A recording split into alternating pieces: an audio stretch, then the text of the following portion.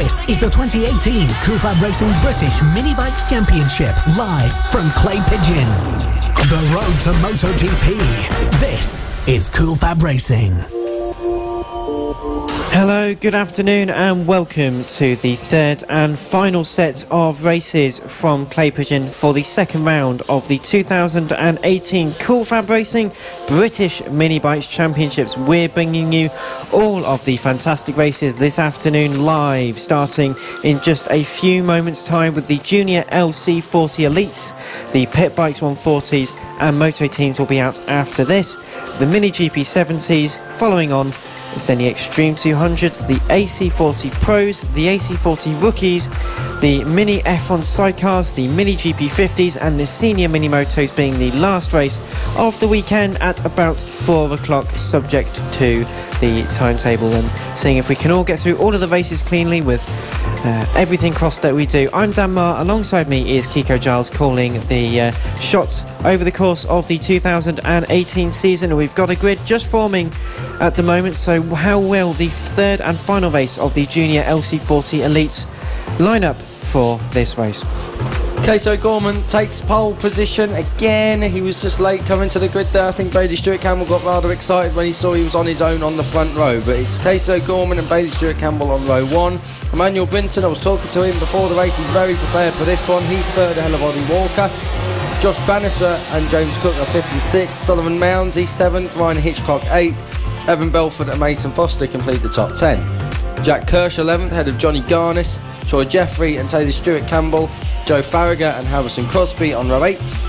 Lucas Brown is 17th ahead of Luca Hopkins in 18th. Cameron Sewell, Kyle Payne, Clayton Edmonds and Alessandro Valente complete the running order for the third and final Junior LC40 Elite race here today, taking place under dark clouds. Let's hope the race will go ahead without any rain interference, and let's hope that we can have an absolute belter. If race one was anything to go by, that will be just what we get. We had one race yesterday for the Junior LC40 Elites, and we had one this morning. This is the final race of the weekend, the 815 metre circuit here at Clay Pigeon. The first time that the FAB Championships have visited, and so far it has provided nothing but outstandingly close and brilliant racing. So with the grid starting to form up, Bailey Stewart-Campbell and Casey O'Gorman on the front of the grid. The marshals are now all being waved off the grid. We are getting ready for the race start. Everyone very tentative. They want to get that run down into turn 1, the very long left-hander and the very tight double apex at turn 2. We're ready to get underway. Red lights are on, they're on now, and Casey O'Gorman gets a good start, blasts his way into second place, but Bailey Stewart-Campbell going to try and go side by side. A bit of contact, does manage to keep going though. That has dropped him back a significant amount of time though, loses one position from Emmanuel Brinton, so already making progress for the number 93 rider. Up to turn number 4, the right-hander for the first time out of 10 in this particular race, and it was a very, very good start from Casey O'Gorman. Already got at least a good 7 tenths of a second lead. Big contact with Bailey Stewart-Campbell and Casey O'Gorman. They're down at turn 2, both very lucky to stay on. It's given Casey O'Gorman a massive advantage, so to speak, in consideration that it is only the end of the first lap. Bailey Stewart-Campbell goes side by side with Emmanuel Brinton down the straight, but Brinton holds on. Bailey Stewart-Campbell has a huge look down at turn 2 and makes it work.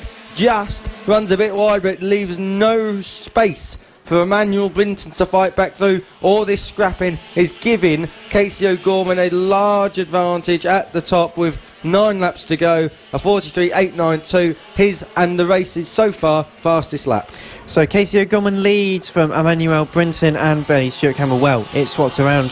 So Josh Bannister in 4th ahead of Ollie Walker and Evan Belford, with Johnny Garnes, Ryan Hitchcock, Sullivan Mounsey and Jack Kirch the top 10 so far. A lot of progress being made all throughout the field. So the race leader Casey O'Gorman having a bit of a breakaway so far. The battle for 2nd, 3rd, 4th, 5th also looking very feisty. So confirmation, Bailey Stewart-Campbell, the 99, is in 2nd place in the order so far. They're making their way through the S's, right and then left. You really have to shift the bike over, and on these quite small LC40 liquid cooled bikes, it can be quite a challenge. They're very small and they're very easy to move, but with not a lot of damping or anything on the bikes and the settings, it can be quite difficult to get them to move around just the way you like it.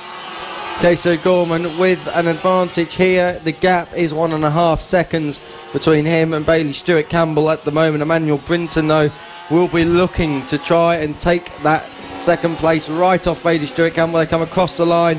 The gap is 1.6 and Casey Gorman sets a 42.215. That is a very fast lap time at this stage of the race. 7 laps to go, and at the moment Casey Gorman is pulling away nicely.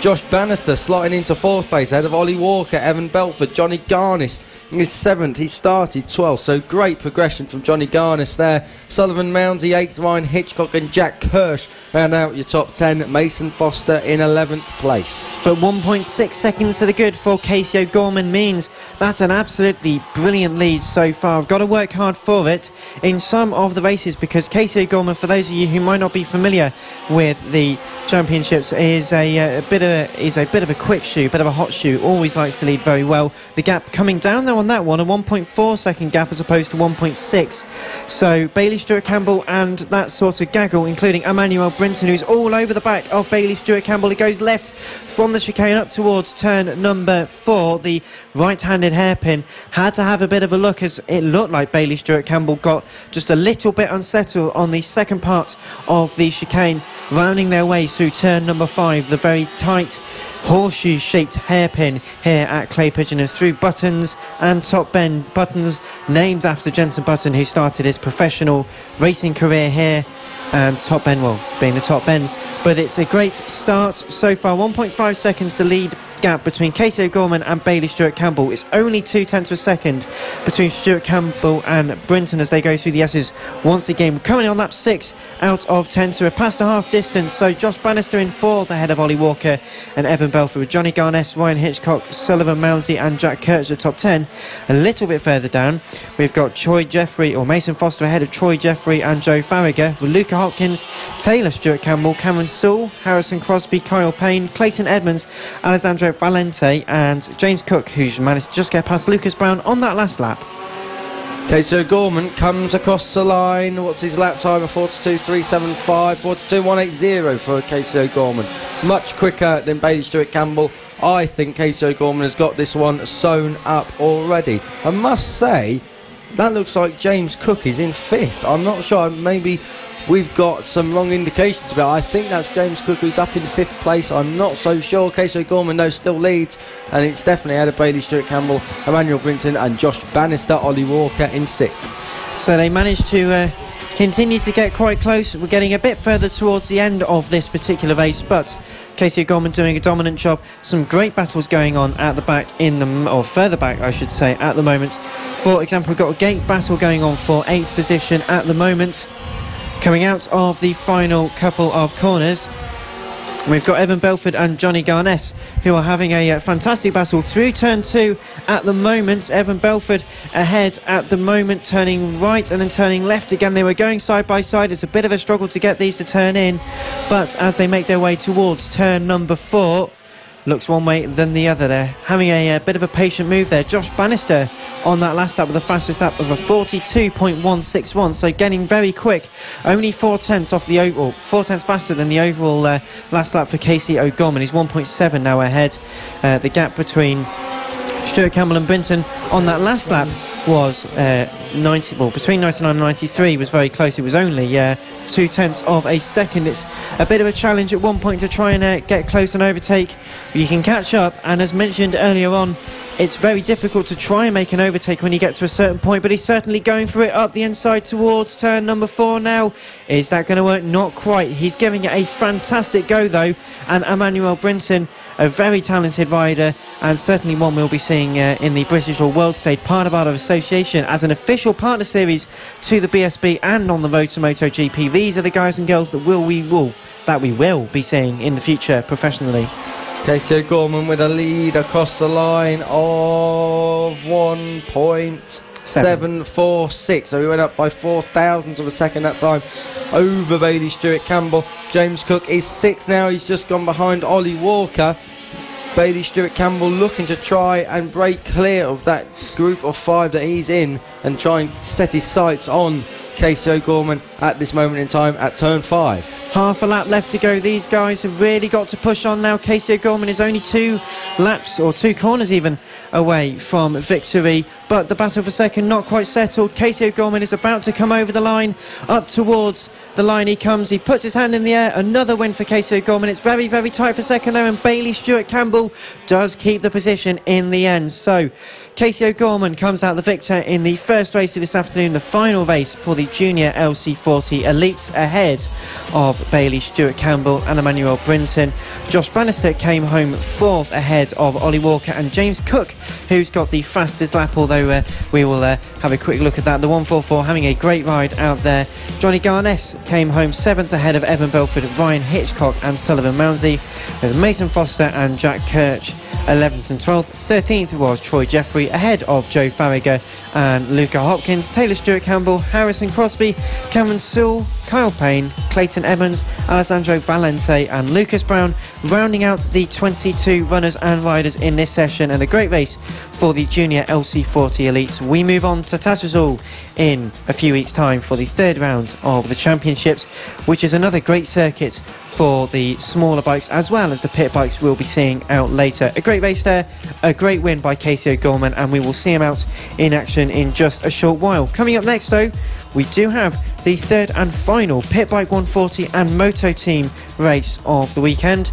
2 fantastic races for all of them so far, and we're about to get another dose of the great action here from Clay Pigeon. The road to MotoGP. This is Cool Fab Racing.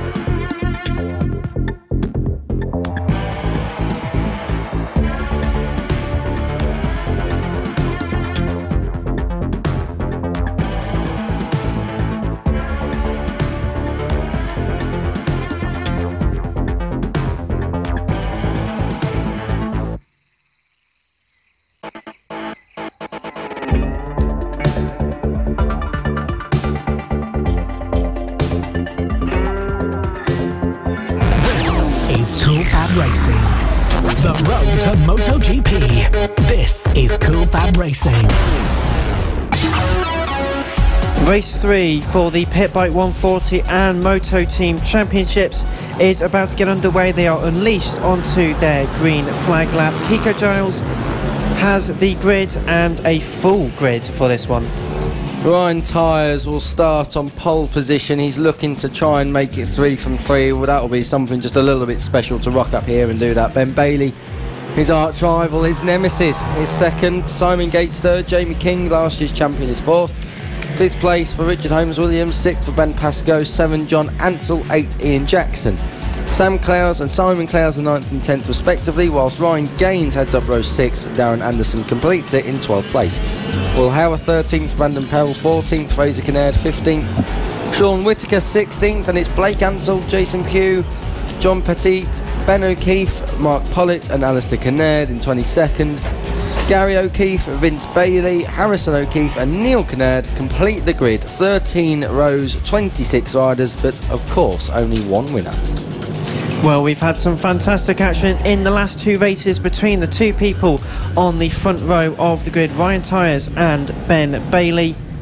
And they've really been scrapping and dicing, even in the second race, had time to start gesticulating towards each other on the warm-up lap, on actually getting on the grid, all the way through the race. Fantastic stuff. A 14-lap race in prospect, therefore, for 26, 13 rows. There does seem to be a few gaps, which we will come back to during the course of this race, but the marshals walking away from the grid, and we will be getting a race start in just a second's time. Pointing up towards the lights then, the red light will come on in just a second. Everyone waiting patiently, but a good start from the front row. and it currently looks like Ben Bailey got a great start, jumps quite literally with a pop of a wheelie, trying to go up the inside, took the start and took the lead at the start, but now Ryan Tyres making it through at turn number 2. So far a repeat of what we've seen throughout the course of the 2 races this weekend. Everyone does get away cleanly, so the field strings up half the circuit even as they manage to get underway for the first lap out of 14 through turn 5. Ryan Tyres already celebrating there as he comes through turn 4. He ain't short of confidence, is he? Ben Bailey second then. Third, Jamie King got a jump on Simon Gates. They swapped like that in the start of the race 2 earlier on today. So, across the line then, Ryan Tyres leads Ben Bailey by, what's that, I'd say about half a second, maybe a little bit less. No, 6/10, a little bit more. So, we've got Ryan Tyres, Ben Bailey. Simon Gates looks on the inside at the S's to try and get past Jamie King. Can't do it. Alex Vella, sensation of this weekend, in 5th place. 6th place is Richard Holmes Williams. 7th, Ian Jackson. The Clouds are 8th and 9th, and Darren Anderson completes the top 10. But unlike we've seen in races 1 and 2, there is no battle out front because Ryan Tyres has found a rhythm and he is pulling away from Ben Bailey, the rider, the number 128 with the pink helmet, in 2nd place. Over the line then for the second lap, onto lap number 3, and Ryan Tyres pushing very, very hard indeed. The battle for 3rd looking very much on as well, with Jamie King heading Simon Gates by, well, it was about 4/10 of a second on the last lap. Much less now as they weave their way through the right and the left at the S's up towards turn number 4. And Jamie King, who is the champion of this category, really does know how to defend. He really can place bikes in places you would not normally expect grip to be, and he's out there having as much fun as he can, but using a lot of the very wide lines out of turn number 5. It's a sort of double apex hairpin before 2 right-handers, so you have to transition quite aggressively, and different lines can affect your speed, as someone has gone down at turn number 6, so yellow flags out there. The race continues, and for the time being, Ryan Tyres leads by over 2 seconds on Ben Bailey. He must have had a word with himself over dinner. Ian Jackson, it was the crasher on the exit button, so that's a disaster for Ian Jackson.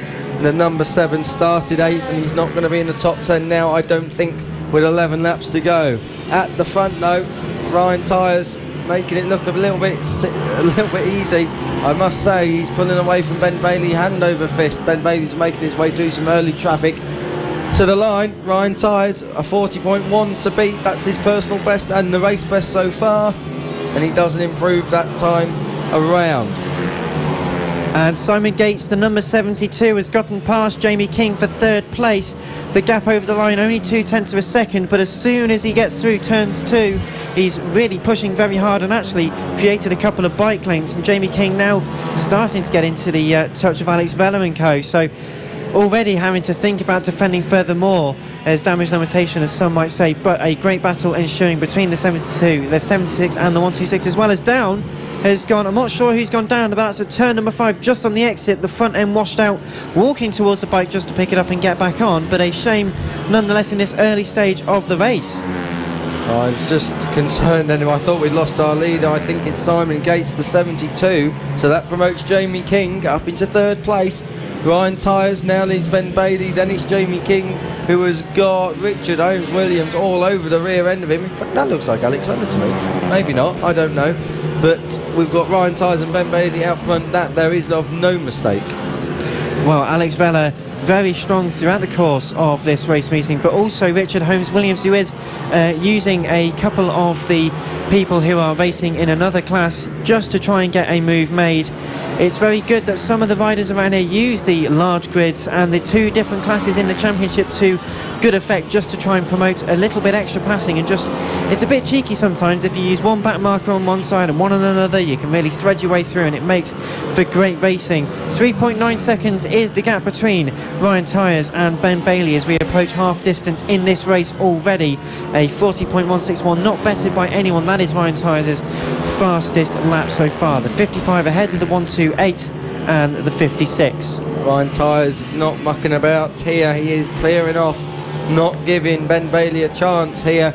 Ben Bailey may have got the initial launch, but Ryan Tyres wasted no time at all fighting back through. It's a big battle involving Brandon Powell for 12th place. I think he's got Jason Pugh and Ryan Gain and Sean Whittaker to have for company. In fact, that looked to me like Sean Whittaker was just nipping up the inside of Brandon Perrill as they flicked into turn 5, the horseshoe corner, through turn 6, which is Buttons, and down towards top bend now.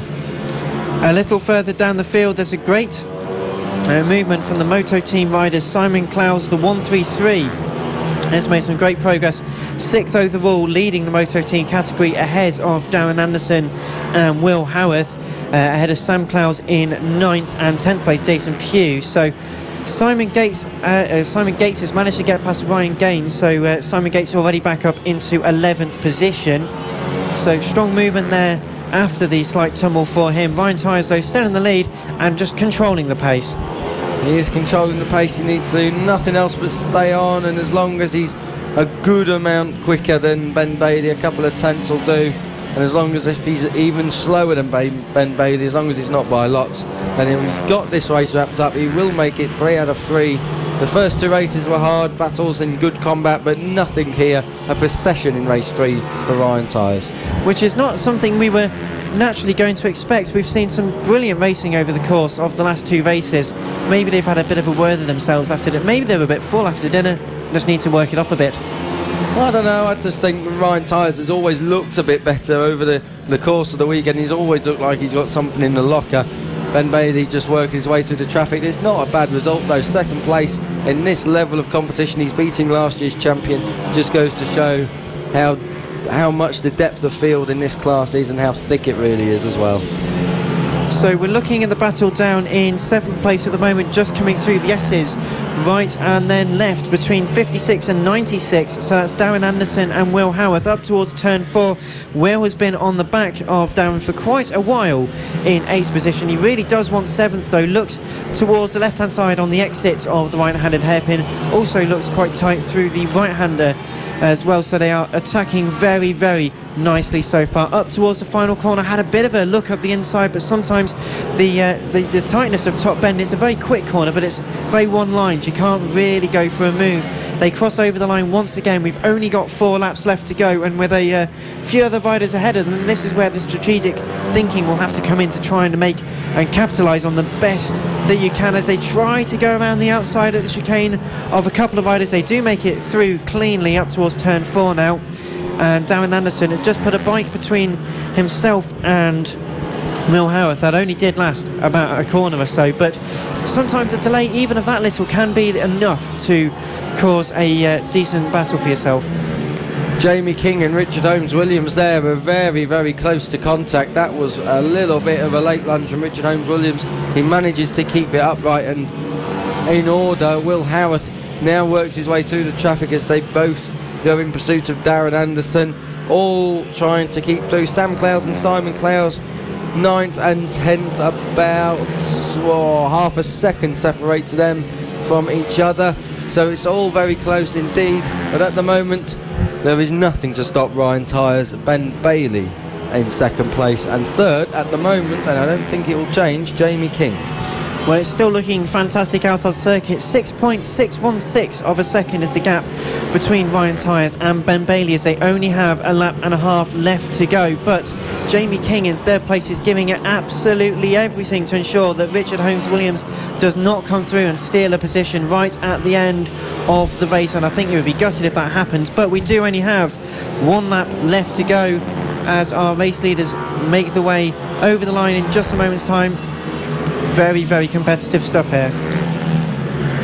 Brandon Perrill has got a lot of company behind him. It's Ryan Gaines. Those two are absolutely neck and neck. Jamie King also holding on. I think with a lap to go now, he's done just enough to keep Richard Holmes Williams behind him. I don't think we'll see a move there. Jamie King, last year's champion, looks all okay. Well, just a few corners left to go for our race leader Ryan Tyers to take another great victory this weekend for the PB 140 and Moto team.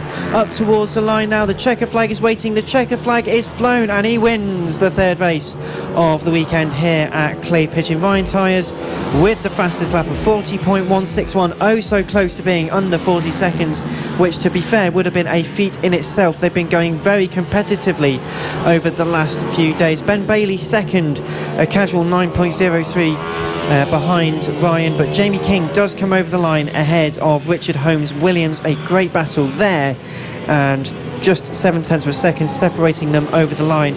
A few more streaming over the line now, but the Moto Team class was won by Simon Clowes again on the 133, ahead of Ben Pascoe, Darren Anderson, Will Harris, Simon Gates and Sam Clowes. Your top 10 ahead of Jason Pugh, Ryan Gaines, Brandon Perrill, Blake Ansell, Sean Whittaker, Mark Pollitt, 16th ahead of John Petit, Fraser Kinnaird, Alistair Kinnaird, Ben O'Keefe, Vince Bailey and Gary O'Keefe rounding out the top 22. There's that many entries, we can't fit them all on our timing screen, which is a nice problem to have, Kiko. Hey, so I could think of a lot worse problems, Dan. And another great race for the Pit Bike 140 and Moto Team riders. We will see them back out in action in a few weeks' time at Tattershall in Lincolnshire. Another fantastic circuit, and then, well, wherever the pit bikes go, there's always a great spectacle. Fantastic race here at round 2 of the 2018 Cool Fab Racing British Mini Bike Championships in association with the BSB and on the road to MotoGP.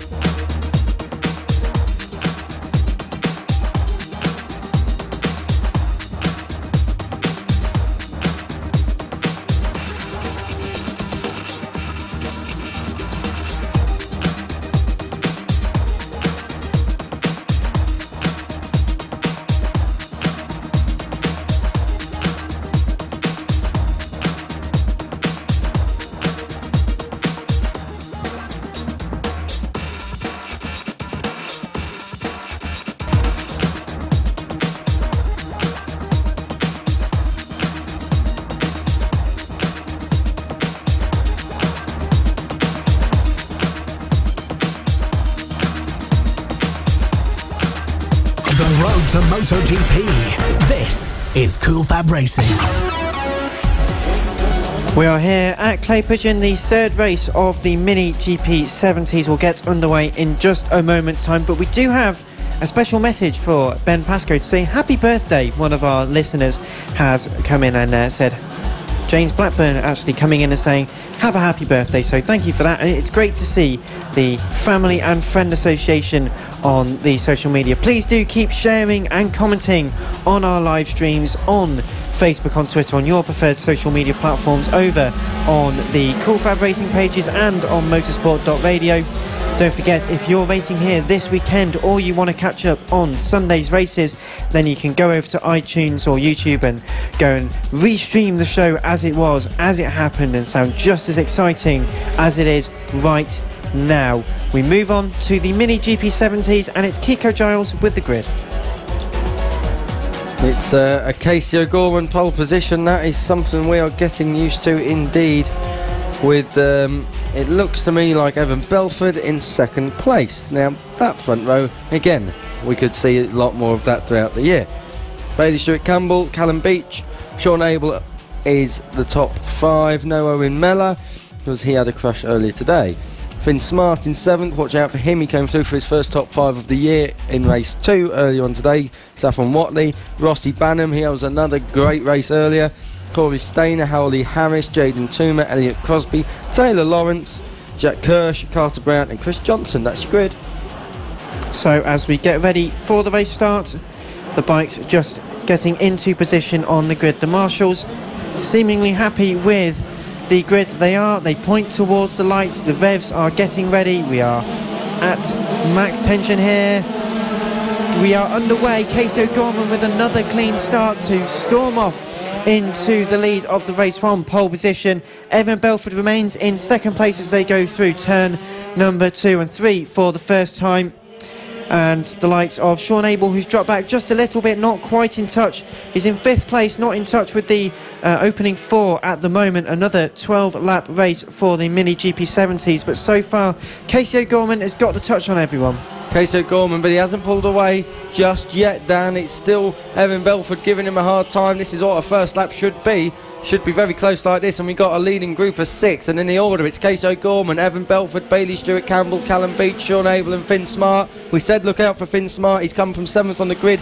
He crashed at the end of the last race. Let's hope he keeps it upright today, because he's riding very, very well indeed. But at the front, it's Casey O'Gorman just ahead of Evan Belford as they go up to turn 4 for the second time. A very tight right-handed hairpin is turn 4. There's a little bit of camber on there, so you have to quite delicately place the bike. But Finn Smart's a little further back, as well as Rossi Banham on the number 13 bike.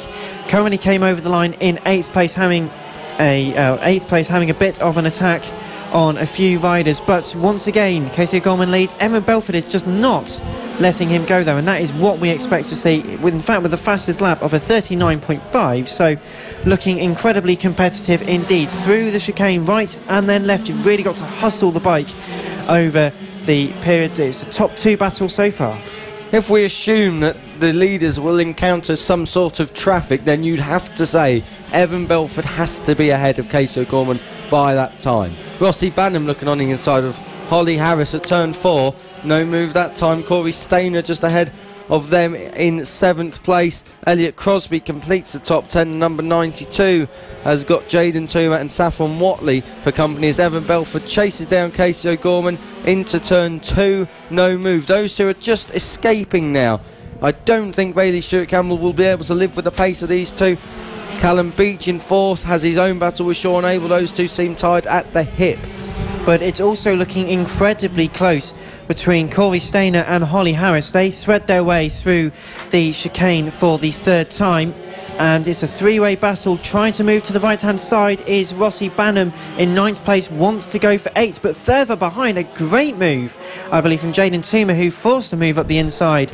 Saffron Watley's just gone to on Jaden Toomer and now Holly Harris. So 2 places in 2 corners for Saffron Watley, making great progress.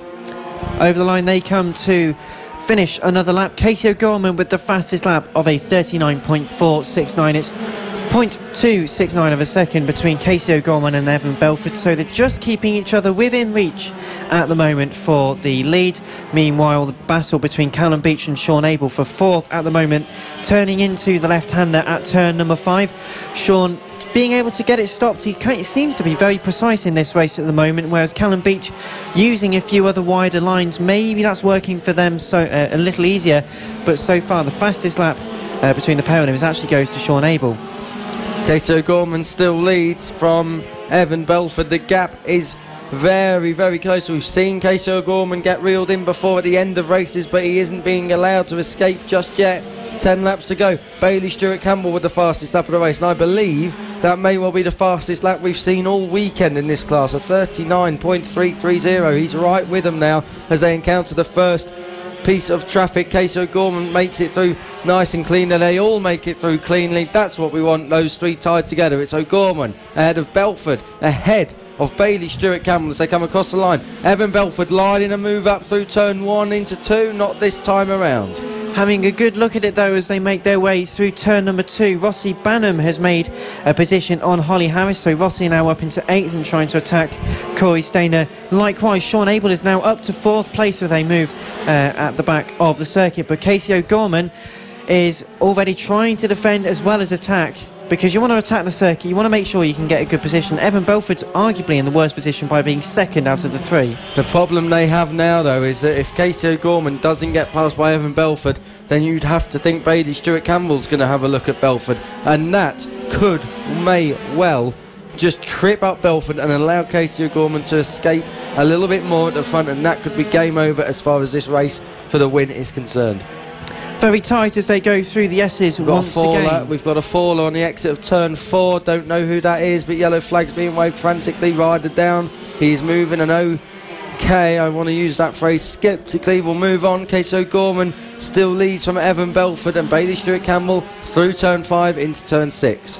Round the 2 right-handers, and Casey O'Gorman getting a little bit of an attack on him at the moment, trying as hard as he can to really push. There's a bit of a gap has opened up between O'Gorman and Belford, but Stewart Campbell in 3rd place really revelling in this, because he can see 2 riders immediately in front of him. He really wants to go for second. Obviously he wants to go for the win, but sometimes you can feel that a late move potentially up at turn 4 has a think about it. Just the way that he moves his head, the way that the handlebars move, then just inclined that I was gonna go for it, but I don't really think it's worth it. We're halfway through this race. We are on lap 8 out of 14 so far, rounding the final 2 corners, and it is still, whilst O'Gorman, Belford and Stuart Campbell are in the lead. And the top 3, it's Sean Abel ahead of Callum Beach, the top 5, with Finn Smart, Rossi Bannum, Corey Stainer, Holly Harris and Saffron Watley rounding out the top 10. Traffic for Casey O'Gorman. He's got to try and get through. Oh, he was hesitant there and pushes the traffic out of the way there. That was a bit fierce from Casey O'Gorman, and it just could have been so easily. We've seen him trip up over Saffron Watley last year. Luckily, no such dramas this year, but it wasn't far away. Casey O'Gorman leads from Evan Belford. 6 laps to go as they flick through turn 5. Now over to the right-hander of turn 6. Very physical part of the circuit. Down towards top bend now. Out of there, you're going to build all the way out. Evan Belford and Bailey Stuart Campbell do not want to let Casey O'Gorman take another win in this class. He took 3 at Llandau. He's on course for 3 here this weekend as it stands. Will it stay like this though? Through the S's. It's all about getting a good run out there, but Evan Belford just not close enough. But while Evan Belford is not close enough, Bailey Stuart Campbell in 3rd place, well, he's certainly giving it his best shot.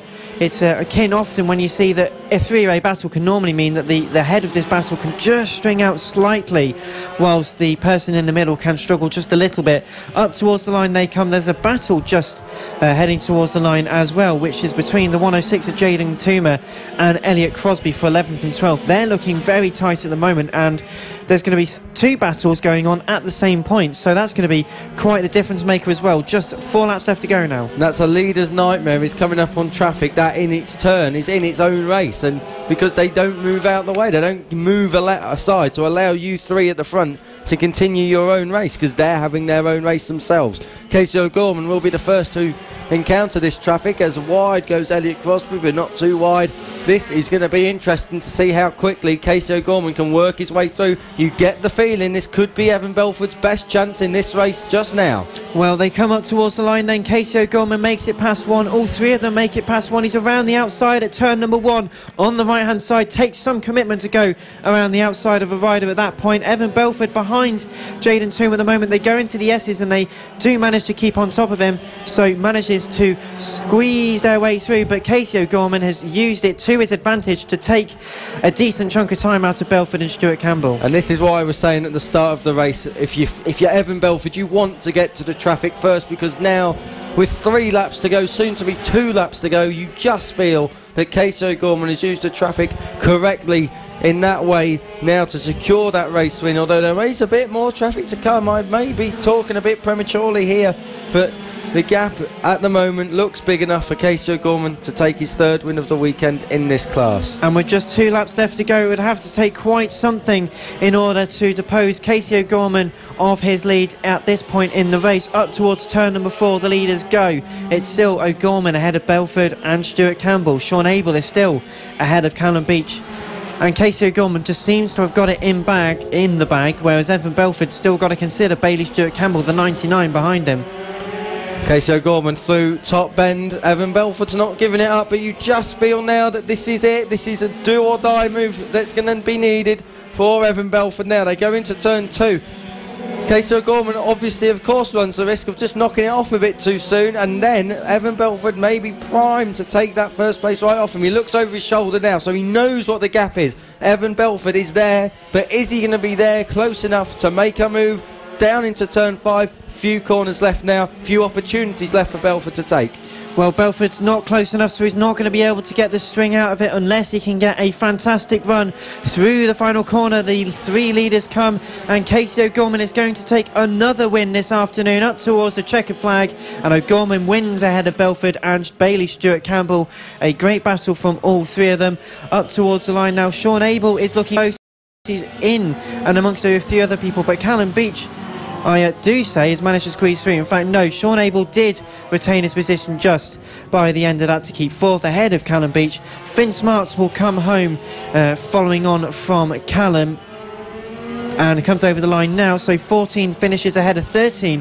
Rossi, Bannum, Saffron Watley has just passed Holly Harris. So there's a few... so just gotten past Holly Harris on that last lap, so a great result there for them.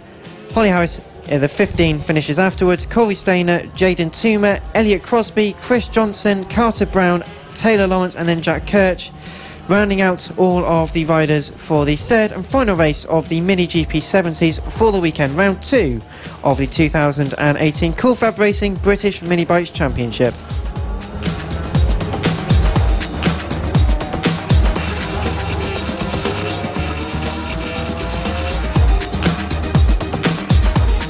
The road to MotoGP. This is Cool Fab Racing.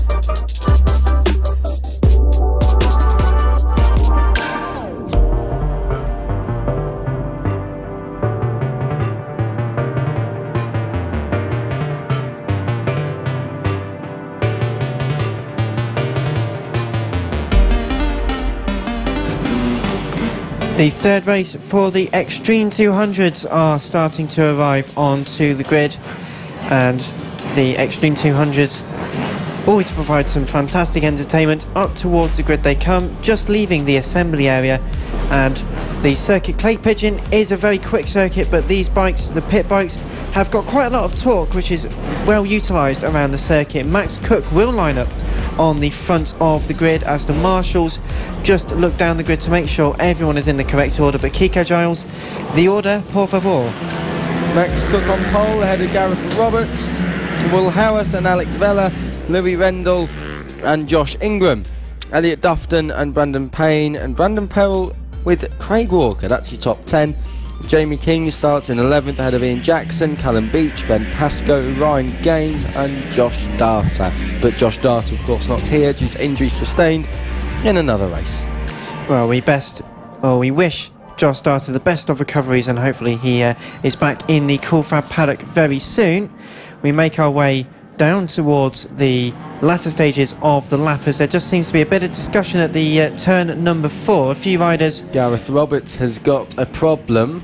Was there contact with him and Max Cook, I wonder, because that's the two riders who are slowly back to the grid. And that's our front row. That's the front row, but it looks like they'll get there, so...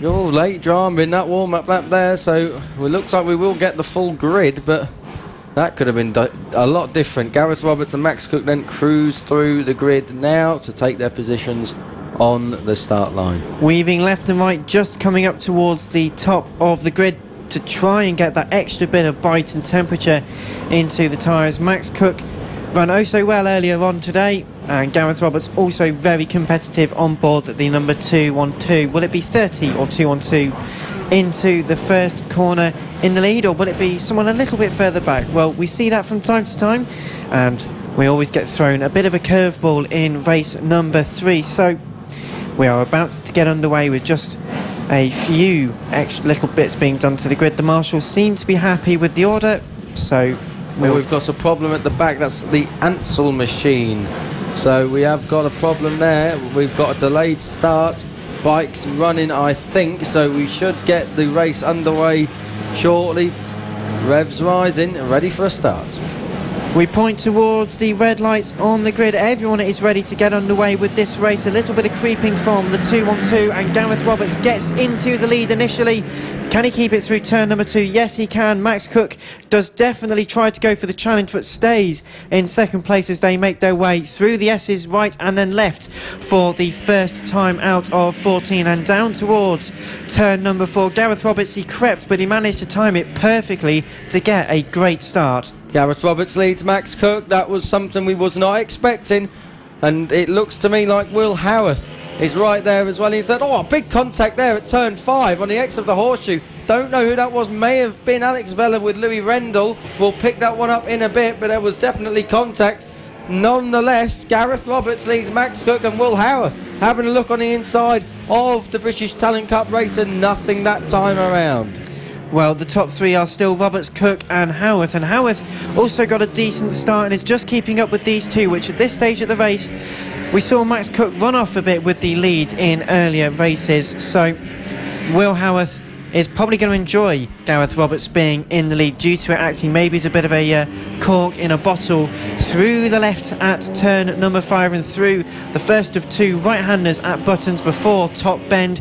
Max Cook already far closer to Gareth Roberts than Gareth would like. They go side by side over the line. The left-hand side for Max Cook, who keeps it firmly planted and takes the lead with a daring move on the left-hand side through the left-handed turn 1. By turn 2 has consolidated it, and now Gareth Roberts has got to wonder, am I going to lose just this one position, or is Will Harris going to have a snap at me by turn 4 or 5? I think the one certain answer is that that's Max Cook now. I think that we will see him clear off into the distance unless Gareth Roberts snaps straight back very, very quickly.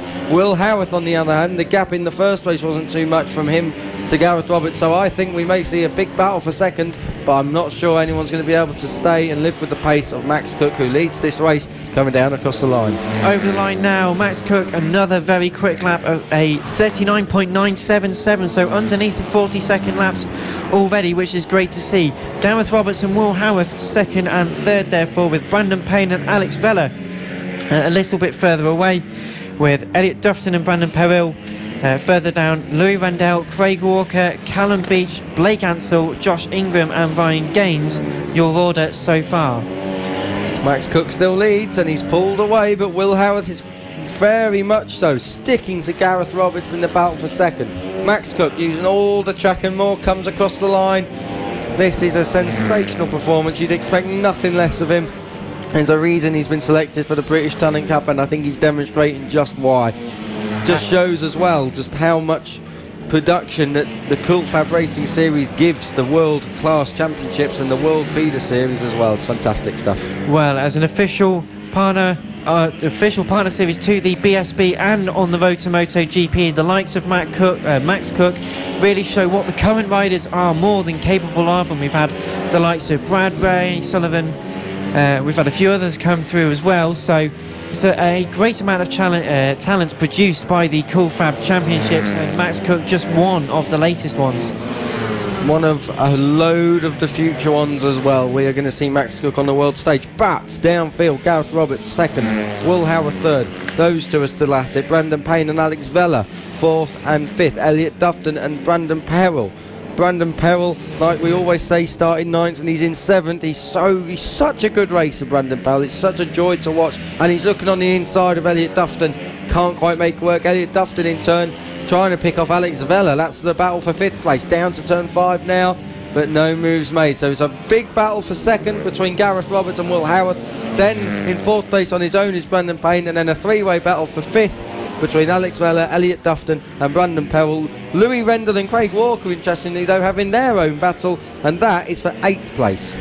And you mentioned Brandon Perrill being such a great racer. He's very physical on the bike. He really gets his elbows out when he's leaning down, whereas some just like to tipple over and not use too much of their body. He really throws the thing around. He's pretty much riding 3/4 on the ground as he goes side by side for a move up with Elliot Dufton. Does try it at turn number 4.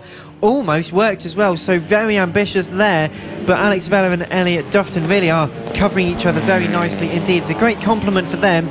Another fastest lap for Max Cook though, a 39.072. 7 laps left to go. We're already halfway through this race, which is great to see. this just shows you how quick the lap is here at Clay Pigeon. Max Cook looking very, very good.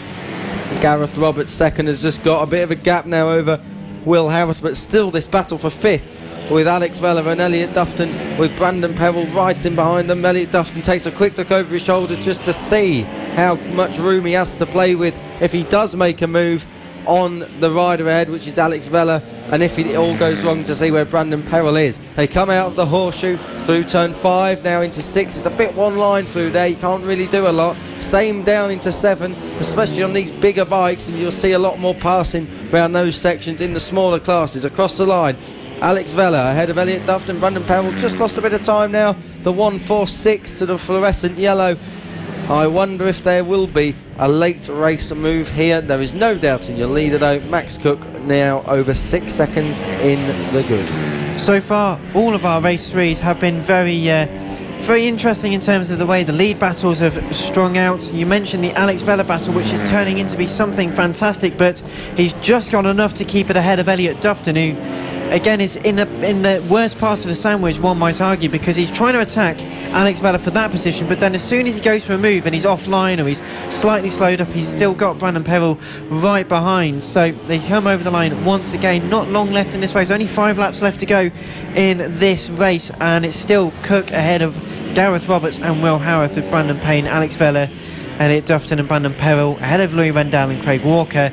Callum Beach, Blake Ansell, Josh Ingram and Ryan Gaines, the rest of the overall order, all still circulating, which is exactly what we like to see. It is indeed. We want to see a full race finish. We want to see all the riders make a move, and through nearly was Brandon Perrell, that was on the inside at turn 5, trying to make a move on Elliot Dufton, not quite making it work. Brandon Perrell to me looks like he's losing time in the first bit of this lap and gains it all back in the second bit. As cutting through that was Alex Vella on the traffic. Ruthless manoeuvre, and everyone else just pushes aside. I think that was Ryan Gaines.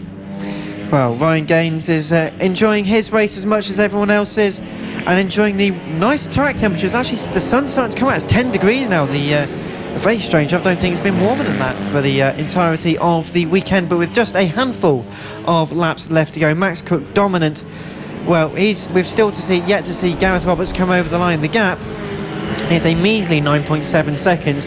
Will Howarth, the challenge is still there, but he's dropped back a couple of bike lengths. It's at the point where he's attacking as much as he can, but then maybe he's just not quite close enough to make a move in the last few laps of this race. But that is your podium result so far. Brandon Perrell, a bit of a lonely 4th place. Max Cook in the lead though. Don't think anyone's going to disrupt him. The only person who can beat Max Cook now is himself as he comes through past the Blake Ansell 685 machine. Gareth Roberts is not quite shaken off Will Howarth. That is not a done deal yet. I mean, it could be. There's 2 laps to go. There is enough time though. If a mistake should come Gareth Roberts' way, Will Howarth will just take that straight back. It is coming up to the last lap for your leaders now as they come through turn 5. That is Max Cook. He is well on his way here. Brandon Perrell still locked in battle, of course, with Elliot Dufton, who tries a move on the inside at the S's. That was very, very close, and that gives Brandon Perrell the run as they go side by side. Brandon Perrell makes the move, then he is up to 6th place. That's where we finished earlier on today. He will want to go one better. From 9th on the grid, Brandon Perrell now 6th. Half a lap and a half left to go to try and make an extra position, but just using a tighter line on the exit of the chicane is all he needed to do in order to take one position as they make their way up towards the line to start their last lap. It is still 6.21 ahead of 146. However, Max Cook almost half a lap clear up towards the final few corners. In fact, Max Cook through the final corner. The checker flag is being prepared, and Max Cook, number 30, going to take a great victory in the final race of the Extreme 200. Gareth Roberts is going to come over the line in a not too long, I think will be well over 10 seconds almost, as it's going to get very close between the 212 and the 96 there, but That is second and third, Roberts versus Howard. But this battle we've been talking about for the entire race, it's side by side for Peril and Dufton. Dufton having to have a very late look at the inside on the right hand side. They're going to come over the line. Alex Vella's going to take the place, but it just looks like 146. Brandon Peril just holds on to it after an incredible run from Elliot Dufton out of turn number 5. Uses the very wide right hand line to good effect to try and keep it as tight as he can. The actual racing line for turns 6 and 7 just got side by side, but couldn't quite pull it off at the end. That was fantastic though, and all three of them shaking their hands at each other. They're all high-fiving. That was fantastic stuff. But Max Cook, a great win, 10.6 seconds ahead of Gareth Roberts and Will Howarth, with Brandon Payne and Alex Vella then coming through ahead of Brandon Peril and Elliot Dufton.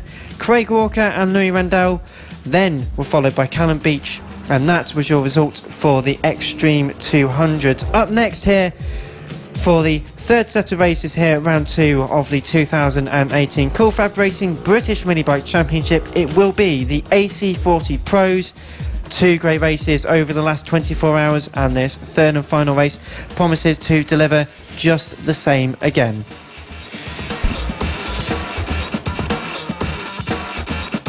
The road to MotoGP. This is Cool FAB-Racing. The road to MotoGP. This is Cool FAB-Racing from Clay Pigeon Raceway. So the AC40 Pros are arriving onto the grid, onto the dummy grid before we get onto the warm-up lap, and it will be a great race. We saw earlier on some fantastic racing from these guys and girls, and Kiko Giles has got the grid. Mason Foster on pole again, but if race 2 is anything to go by, expect to see Johnny Garnis lead it through turn 1 and 2. Sullivan Mounsey is 3rd, Troy Jeffrey is 4th, James Owes Jr. 5th, Luca Hopkins 6th, Carl Payne and Harrison Desoy, Taylor Stewart Campbell and Harrison McKay complete the top 10. Mikey Hardy, Clayton Edmonds, Ronnie Harris, Alfie Davidson, Alessandro Valente, Orlando Phillips, Jamie Woodcock, Caden Watson, Ben Joliffe, Ethan Sparks, Keaton Payne and Jada Howe. That is your grid. So as we get ready to go on to the warm-up lap, the AC40 Pros have been very competitive in the championship coming into this race meeting. Sullivan Mounsey was on 52 points, only a handful of points ahead of Mason Foster and Johnny Garnes. Both of those were on 45 points, so it's already looking very competitive. And the AC40 Pros really do suit Clay Pigeon because it is a very fast circuit, and especially with the amount of space that they can work with, it gives just that little bit extra room for fantastic racing, Kiko. These bikes really do like this track, I think. I think the riders like the track. It's very fast, it's flowing. The long straight, in inverted commas, doesn't really work as a straight, but it is a very high-speed part of the course for these guys. They all just trundle around and make their way down towards the grid. Mason Foster starting on pole ahead of Johnny Garnis. Will that see another rivalry, another race head-to-head again today? You're listening to live coverage of the 2018 Cool FAB-Racing British Mini Bikes Championship, live from Clay Pigeon. The AC40 Pros are about to get underway, just waiting for everyone to get back into the right position. Kiko mentioned they were trundling around well. This will be no Sunday drive for these young boys and girls getting ready for a race start. The marshals being shepherded away from the grid. And that means only one thing, that we point towards the lights. The lights will come on in just a second. Will it be Mason Foster or Johnny Garnes who get the best start and the best run down to turn 1? We're underway now. A great start from Johnny Garnes, and he does manage indeed to go towards turns 1 and 2 for the first time in the lead with a good couple of lengths. We've got a crasher. We've got a crasher at turn 1. Not sure who that is. Marshall's running. He's up and okay, the rider though. Johnny Garnis leads. We said that. We predicted it. Mason Foster having a big lunge down the inside at turn 4. Not this time. Tried to go through it. Everyone else manages to get away cleanly as the marshals just attend turn number 1 and make sure the riders all right in and back into the race and underway. So all clear around the circuit for this 10-lap race through the last 2 corners. And Johnny Garnes got the best of the start. Mason Foster once again going for the attack. But oh look, it's 21 and 44. Troy Jeffrey and Sullivan Mounsey, the battle for third. There's a rider pulled off on the inside of the exit of turn 4. Marshall's running rider okay, it's not a crash, it's more a pullover. Johnny Garnis and Mason Foster. How many times are we going to say that this year? We'll start playing bingo with them in a bit. But Sullivan Mounsey and Troy Jeffrey, they've got their own little battle going on as well.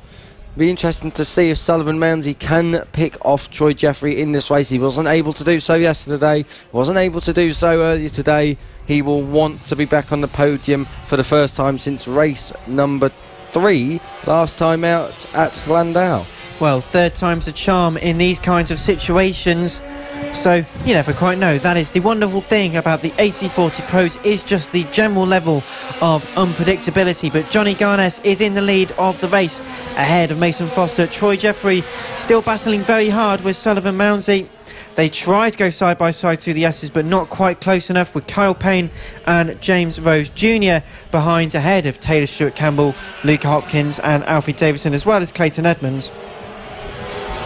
Mason Foster still chasing Johnny Garnis as they go through Button's Corner. It's a much closer battle for the third and final place on the rostrum, though. Sullivan Mounsey desperate to try and get back in the top 3 on the rostrum, ahead of Troy Jeffrey. Of course, Troy Jeffrey was a winner last time out in race 3 at Glandau in this championship, so it'll be interesting to see if anything can happen between those two there. Sullivan Mounsey looking all the time into the S's, nothing this time around. Looks towards the left going into turn number 2. Tried to switch before the S's. It couldn't quite work. The momentum not quite there, although with time it will come. 7 laps left to go. We are on lap 4 at the moment. So as they make their way once again through turn number 5, the left-hander, the very interesting horseshoe turn, and 2 right-handers in prospect. Now Sullivan Mounsey is a lot closer than he's been for a few laps. Up towards the final corner, runs about as deep as you would expect, really, really wide on the left-hand side, drops back a few tenths. Mason Foster is only 3 tenths behind Johnny Garnes. Garnes, though, with the fastest lap of a 42.896. Towards turn number 4, a fantastic launch from Mason Foster, who goes towards the right-hand side of turn 4, looks for the lead, couldn't quite secure it, but a great attempt by Mason Foster, who just shot off like a rocket from the S's. Great run, still plenty of time to make a manoeuvre like that. Taylor Stewart Campbell, the number 97, ahead of James Rose Jr., so more places being made a bit further down the order. And as ever, great battling up and down the field here in the cool Fab races. Sullivan Mounsey gets a good run out of the last corner. He's not close enough to make a move this time on Troy Jeffrey. Mason Foster just picking his way through the traffic to stay with Johnny Garnis. Johnny Garnis looking very, very good out front at the moment. He doesn't look like he's got a mistake in him today. He has been a class act. And hopefully we will see more progress being made at the next round at Tattershall in a few weeks' time. Troy Jeffrey did have to defend quite a lot coming off of the S's on this particular lap, but Sullivan Mounsey, despite the fantastic run, just couldn't quite secure it. It seems to be quite difficult just to get a little bit more momentum than your opponent going from the S's, which makes some of the racing a fantastic challenge. But Mason Foster now all over the back of Johnny Garnes, closed in exponentially through turn number 2, and just a bike length or so as they head through the S's once again. But the fluorescent orange / yellowy colour of Mason Foster bearing down on Johnny Garnes as he goes again for a move. Can't quite secure it at turn 4 though. Johnny Garnis looking for his 3rd win of the weekend. It'll be his 4th win of the year if he can hold off for another 3.5 laps. He's doing very well so far. The next battle, Troy Jeffrey locked in combat with Sullivan Mounsey in 5th place. We've got Kyle Payne, then it's Taylor Stewart Campbell, who's having a fantastic ride, starting 9th. He's currently 6th. He's doing exactly what Brandon Perrell did in the last race. Mason Foster closing and closing all the time. Has a look at turn 2. Not this time. Johnny Garnis still leads, but these two at the front, Johnny Garnis and Mason Foster, have really closed each other down. Here comes Mason Foster, gets a great run out of the S's this time. A move is sure, he's on the inside, he's down. He's Mason Foster lost the front and he's taken both of them are down, both of them down. For a second time, for a second weekend on the bounce. They have collided and taken each other out. Luckily, Johnny Garnis is up and okay, and they're both fine. Johnny Garnis holds the lead. Troy Jeffrey looking to capitalise on the mistake. Can you believe it? Race 3. just as I was saying about Johnny Garnis, that was so close.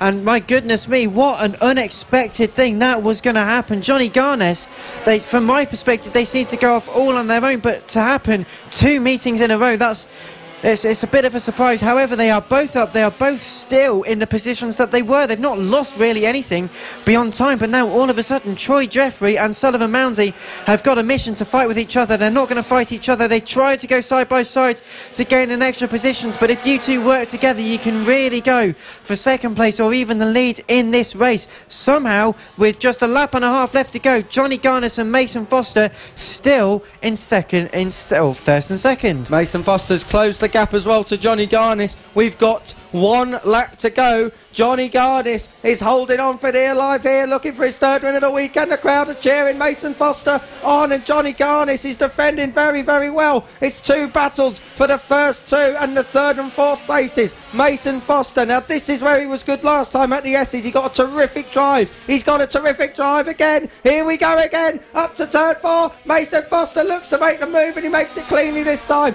Johnny Garnis out wide. Has he just mugged him? Sullivan Mounsey is still 4th. He's trying to get through. Mason Foster though leads Johnny Garnis with 2 corners to go. Will he hold on? Well, he's going to go side by side. The 4 of them go side by side with each head. Johnny Garnis has got to attack. He's going to try and stay tight, get to run towards Mason Foster, but Mason Foster's just going to hold on to take the win in the 3rd race of the weekend ahead of Johnny Garnis, with Troy Jeffrey and Sullivan Mounsey coming home in 3rd and 4th. Kyle Payne just comes ahead. No, it's Taylor Stewart Campbell who nicked it on the line ahead of Kyle Payne and Luca Hopkins, with James Rose Jr. coming home after them.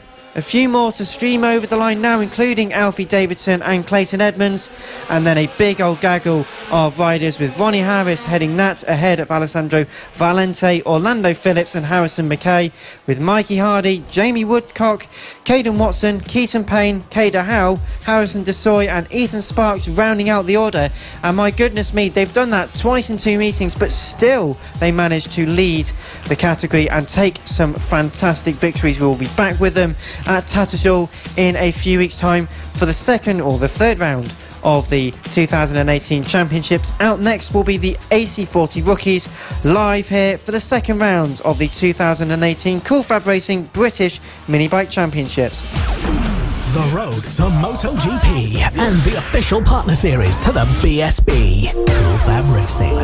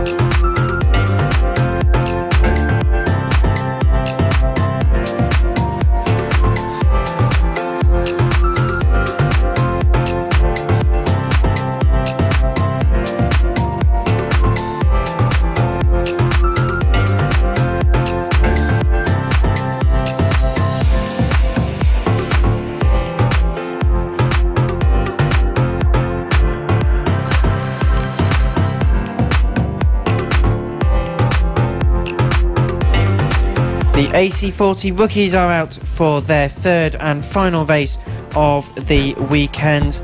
They head on to their formation lap. Kiko Giles, as ever, with the grid for the 3rd race of the weekend. Samuel Munson starts on pole again. Will he take a win? He surely will in this race, because Warwick Brady mugged him in the first race along with others, and in the first race today, and yesterday it was all about Henry McCartney.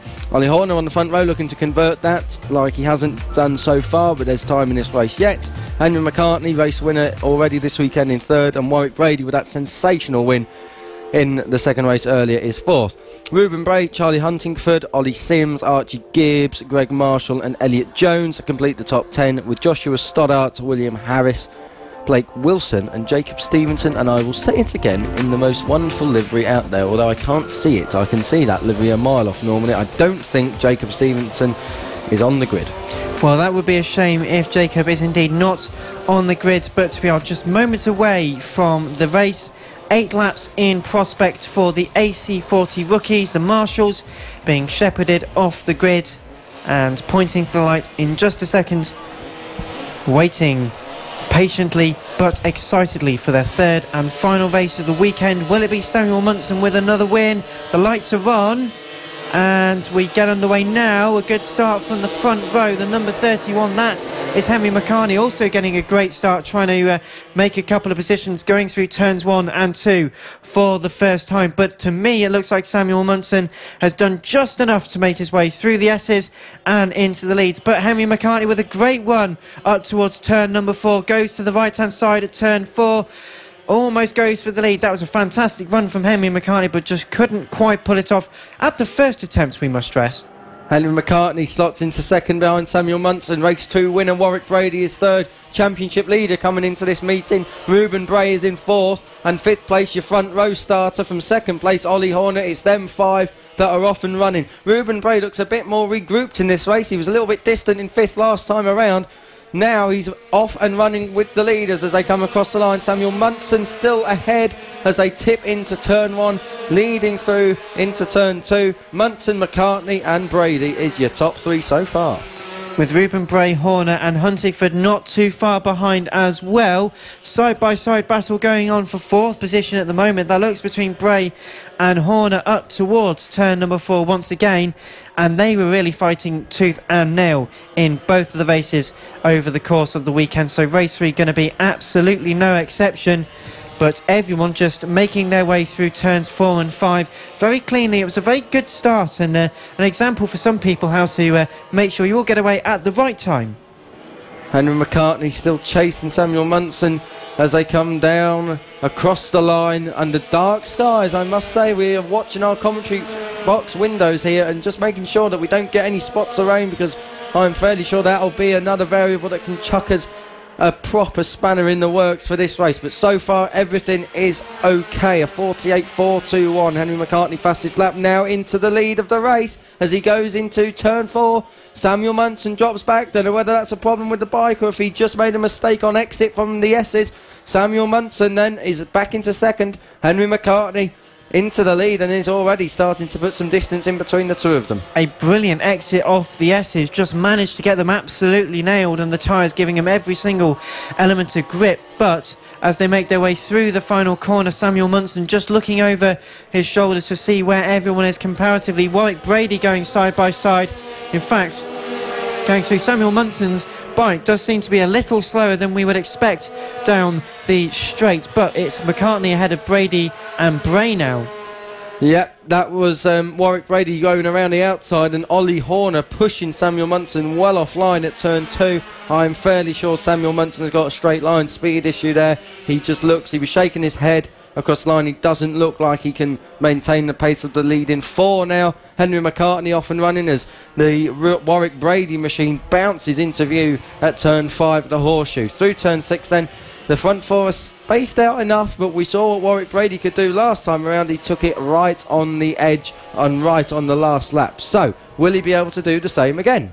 It's looking very close all throughout the field. There's a great battle going on just a little bit further down through the final couple of corners. There's a side-by-side moment for 1 or 2. It just seemed like you couldn't quite grab a gear, but as the number 15 comes through and the 3 as well, Archie Gibbs, Ollie Sims and Archie Gibbs are having a bit of a ding-dong battle a little further down the field, but they are enjoying themselves, and this is ultimately what we're here to do with the AC40 rookies, is give them a flavour of how exciting motor racing can be and then get them hooked for life, because once you've done that, it's a job well done. Samuel Munson's just dropped down back to 7th now behind Greg Marshall, who joined us up here in the comms booth earlier. Charlie Huntingford had got past him across the line. Charlie Huntingford is part of the Motor Technics team, which supports Ryan Vickers in the Stock 600 class. So the great connection there as they all come through. Oh, Samuel Munson just getting caught out on the run down to the final corner.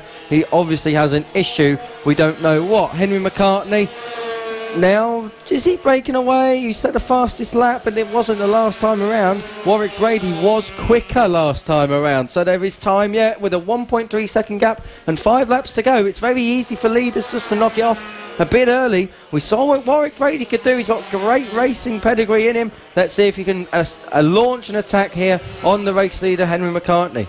Well, with half of the race complete, we've only got half the race left to go, and Henry McCartney, the 31, is certainly doing a fantastic job so far. Warwick Brady just consolidating what they're doing so far. Loads of parents down to the right of the commentary box by turn number 1, cheering on all of the riders, and that's what's great to see, is the camaraderie and the family support that everyone gets here. The battle for third seems to be quite tight at the moment between Ruben Bray and Ollie Horner through the S's, starting to close in. 0.7 of a second is the gap. Warwick Brady is closed down by about 0.6 of a second. So Warwick Brady is absolutely flying, but it's not just him. He's dragging Ruben Bray and Ollie Horner with him. Has Henry McCartney knocked off a bit too soon? We know Warwick Brady does not care if it's the last lap. He will still make a lunge. He doesn't really take that into consideration, which is a great to see. Warwick Brady then is closing right in. We are going to have a 4-way scrap for the lead any time now. They come down across the line. Henry McCartney, it isn't 0.7 now. They cross the line. Visually it is closing. Now it is 0.4. And last time around, 3 and almost 4 tenths quicker. Warwick Brady is closing Henry McCartney. It's a 4-way battle for the lead. 4 into 3 for the rostrum will not go. One of these guys is going to miss out, which will be a shame when it happens, but a fantastic 4-way scrap for the lead so far, as detailed through turn 4, and Henry McCartney can still seem to pick up on the right points to try and turn it in, make sure it's getting it stopped actually on the power as well. He seems to struggle just a little bit on the exit of turn number 5, the left-hander, but as they go through the 2 right-handers at 6 and 7 through top bend up towards the line now, they're going to go side by side. Brady, the 99, trying to go for a gap on the left-hand side, does have to lift out, not quite close enough. Warwick Brady right in the mix now, but we have spots of rain on the commentary box window. I hope we can get this race done within the next 2 laps before any rain potentially falls down a bit too much. Henry McCartney then still leads Warwick Brady. It is them 2 now. It looks like they've broken Ruben Bray and Ollie Horner. It may well be 2 separate battles. Warwick Brady had a big look on the inside at turn 4. Couldn't make it work. They've got traffic as well. Warwick Brady's right on the back of Henry McCartney. They come to the horseshoe now. This is the flick through the left-hander. Now over to the right-hand side. Warwick Brady has a look. Sits up Henry McCartney and takes the lead. So with a lap and a bit to go, Warwick Brady has gone earlier than he did in the first race. What racecraft from Warwick Brady to leave it so late. Is that the chance gone for Henry McCartney to fight back? 1 lap to go. It's not all over yet, because Henry McCartney can smell that the lead's gone. He knows it's gone. He's going to give it his absolute all through turn 2 now. And whilst the gap is a good couple of bike lengths, it just needs a little bit running wide, a little bit of over-exuberance, which we can all be guilty of at certain points when we're racing. It's very difficult to try and maintain that with a big smile. So turning into turn number 4, just half a lap left to go. And Warwick Brady, yes, he's in the lead, but he does seem to be falling back into the clutches of Henry McCartney. Just 3 corners left to go. The final left-hander before 2 right-handers, 3 buttons, the penultimate right-hander, and up towards the final corner for the final time in this race. And Warwick Brady does look like he's just about going to be able to keep it. So Warwick Brady up to the line, takes a fantastic victory to massive cheers down by the pit lane. And he does take the win in the 3rd race of the AC40 Rookies for the 2nd round of the championship at Clay Pigeon, ahead of Henry McCartney and Ruben Bray in 3rd place. Ollie Horner came over the line a fantastic 4th, ahead of Charlie Huntingford. We're still waiting on a few others to come across over the line now, but Greg Marshall should come over the number 19 in the next position, ahead of Archie Gibbs and Ollie Sims, and it is just Ollie Sims who takes it on the last lap ahead of Archie Gibbs. Elliot Jones and Blake Wilson will be next, followed by William Harris, Joshua Stoddart and Samuel Munson. So Sam unfortunately having a bit of an issue with his bike over the last few laps, and hopefully in a few weeks time the guy from Eltham in London will be at Tattersall in Lincolnshire with the rest of the championship in just a few weekends time, and fingers crossed the bike's back up to full spec. But that was a great race to finish the AC40 rookie action for the weekend here at Clay Pigeon.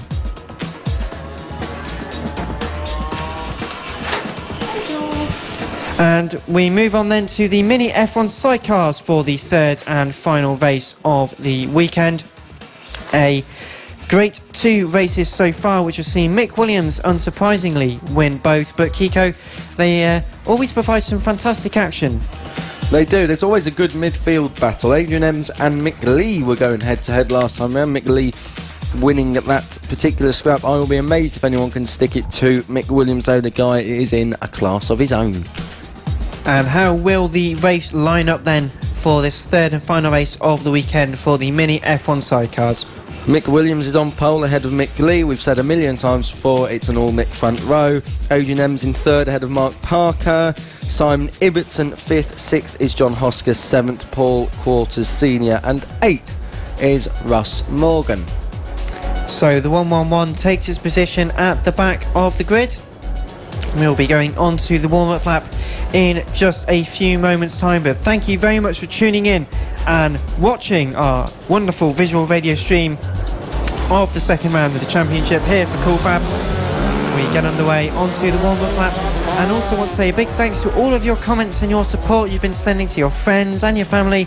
It's great to see how all of you tuned in, watching and commenting. Please do keep doing it and sharing it to all of your friends and family who, you never know, might just have a look and see and hear what's going on this weekend and think, I want to have a piece of that, and you too could be in the Cool Fab paddocks. It's nice and easy to come and join, give a weekend a try, and there's lots of people around the circuits and the paddock to try and give you a hand wherever you need one. It's free to spectate as well, so if you happen to live in Lincolnshire, there are 2 visits to Tattershall this weekend, or this year, but in a few weekends' time. It'd be great to see you there, and hopefully to very nice weather. It has brightened up now, so as we get ready for the third and final race of the Mini F1 sidecars, any predictions, Kiko? Mick Williams will win. Any other predictions, Kiko? Mick Williams will win by a lot. So as we get ready then for the third and final Mini F1 sidecar race for the weekend, Mick Williams, the 26, gets into the position. A bit of a stretch from the passenger just to make sure they're not suffering from any cramp. 8 laps in prospect, and we are ready for a race start. The 127 taking up its position on the grid. We have only got one person on the front. We've only got Mick Williams on the front row, so no Mick Lee. No 44, I'm afraid. So we're missing one. Can everyone else get round for the rest of the race? Well, the red lights are on now. Mick Williams, a good start predictably, but Adrian Ems launches it like an absolute cat off the line, going to go side by side around the outside at turn number 2 and keeps the position. So Adrian Ems somehow into the lead. A fantastic start and leading through turn number 2 and 3. Mick Williams is not going to like that one bit and sifts effectively off the line up towards turn number 4. They do go side by side, but for now Adrian Ems loses it on exit. Mick Williams takes the lead, so normal service resumed. Simon Ibbotson into 3rd place. That's a great start from him from 5th on the grid. So Simon Ibbotson into 3rd, and for at least half a lap of the 2018 mini F1 sidecars, Mick Williams was not a leader. Well, that will be the only time this season that may well happen, but Mick Williams does come over the line in the lead ahead of Adrian Ems and Simon Ibbotson. John Hosker has managed to get past Mark Parker, with the 25 of Paul Quarters Senior coming through, and Russ Morgan only coming over the line now. But the battle for second place a little bit further away, but that can all change on the top of a hat effectively. So Simon Ibbotson, the 46, the quite light blue fairings and coverings on that sidecar, as opposed to the black and orange of the 76, working their way through turn number 5, the very long left-hander before the final 2 right-handers. And that was a terribly exciting start, Kiko. Mick Williams, I don't think it was ever in doubt. I think he was always going to take the lead at some point. 100 to 1, I think I would have got good odds of him not leading by the end of the first lap. But of course, we're not betting people in this Commons booth. As they go through the S's, Mick Williams leads by a postcode and a bit. Adrian Ems in 2nd. Simon Ibbotson, though, in 3rd, chasing his first podium of the year, I believe.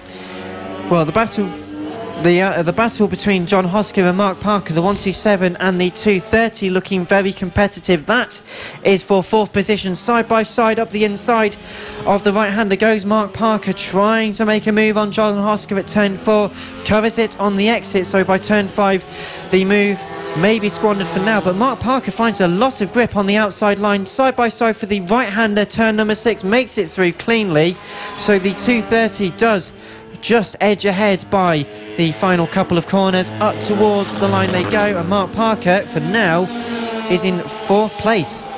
Be interesting to see if Mark Parker will be able to catch Simon Ibbotson. It looks like they may. Simon Ibbotson, though, likes to get his elbows out, likes to put that sidecar where no one else wants it to go, and defends very, very well. We've seen that in the past, so it'll be interesting to see if we can see a repeat performance of that today. Mick Williams has just slapped Russ Morgan at the back of the field, so easy enough for Mick Williams with 4.5 laps to go, make it 4 laps to go in just a few seconds' time.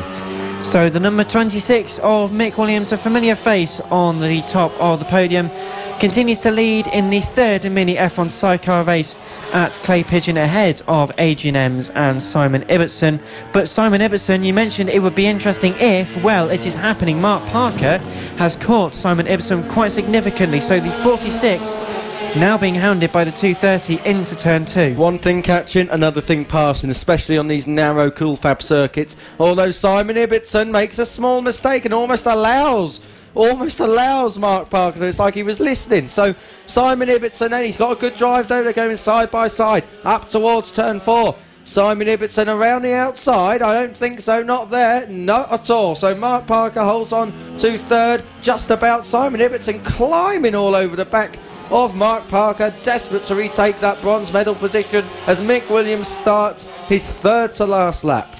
Well, that was an interesting move there, because Simon Ibbotson on the tight right-hand side of the right-hander just didn't look like he missed. It just looked like he missed a gear, unfortunately, and dropped back a few tenths. Now John Hosker is going to be in the pursuit. The 127 now trying to chase the 46 down through turn number 2 and up towards the S's. John just keeping the momentum and can just get a bit more grip from that sidecar, and these home-built machines often fantastic to see, and it's always great to see what sort of action they can provide up and down the field. Towards turn number 4 they go now. 4th place is still Simon Ibbotson, but only just, with John Hosker looking left, looking right, looking left again, trying to nose it. Cheeky move up the inside at turn number 7, just going where the nose maybe wouldn't have fitted. But nonetheless, they continue to lap around about a lap and a half for Mick Williams left, and with a 45.290 is a very competitive time in any kind of class. Simon Ibbotson just having to fend off John Hosker now. The gap is really starting to come down, and they are really good. It's going to be a very, very explosive last lap and a half for these guys. Simon Ibbotson, well, at the moment, he's doing everything right, but you've got to feel John Hosker was going to have a lunge somewhere. Mick Williams then comes down the straight to start his final lap then. Mick Williams on for 3 out of 3 in this weekend, 6 out of 6 out of the season so far. Will this run carry right through? Well, you have to really just clap your hands and say well done to Mick Williams and the team, who have done a fantastic job of engineering this mini F1 sidecar, all home-built machines, and it's great to see just the actual engineering prowess of our members here in the Cool Fab paddocks. Through turn number 5 for the last time, as the battle for 4th place still rages on. John Hosker getting very close on the exit of turn number 2, but Mick Williams just one corner left to go for Mick Williams, the 26, to come round and take another dominant victory ahead of the 76. Adrian Ems over the line, takes the win then for Mick Williams. Adrian Ems just got enough of a gap to make sure Mark Parker can't really attack, but the battle that hasn't been settled is the battle for 4th. It has extended just slightly, and it does look like Paul Qualters Sr.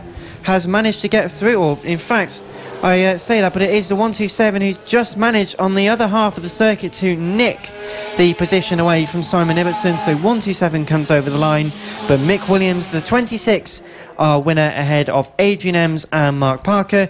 John Hosker and then Simon Ibbotson follow on from Paul Coulter Sr. and Russ Morgan. A great victory there for Mick Williams, and looking very competitive as ever. As ever, Russ Morgan didn't finish the race, neither did Paul Coulter Sr.'s. They went off with 2 laps into the race. So good race, and Simon Ibbotson had a good run there in 3rd place, being nabbed in the end, finishing 5th, but that'll do just well enough for his championship standings.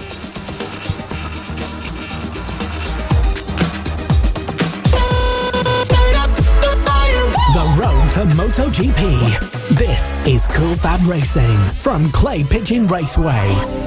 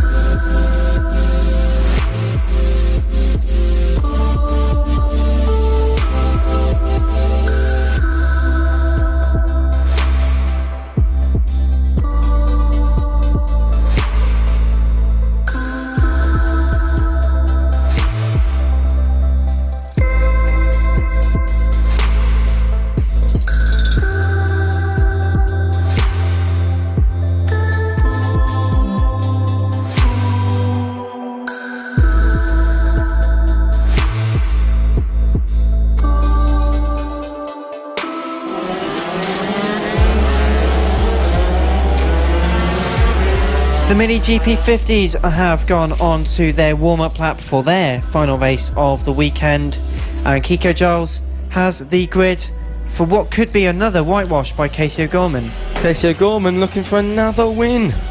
Starts from pole position, of course. Where else would he be starting from? Mason Johnson in 2nd place. Josh Bannister 3rd. Please, Josh, I plead for you, make a good start, because I'm a bit of a fan of Josh, and let's hope he gets off the line well. Eddie O'Shea 4th.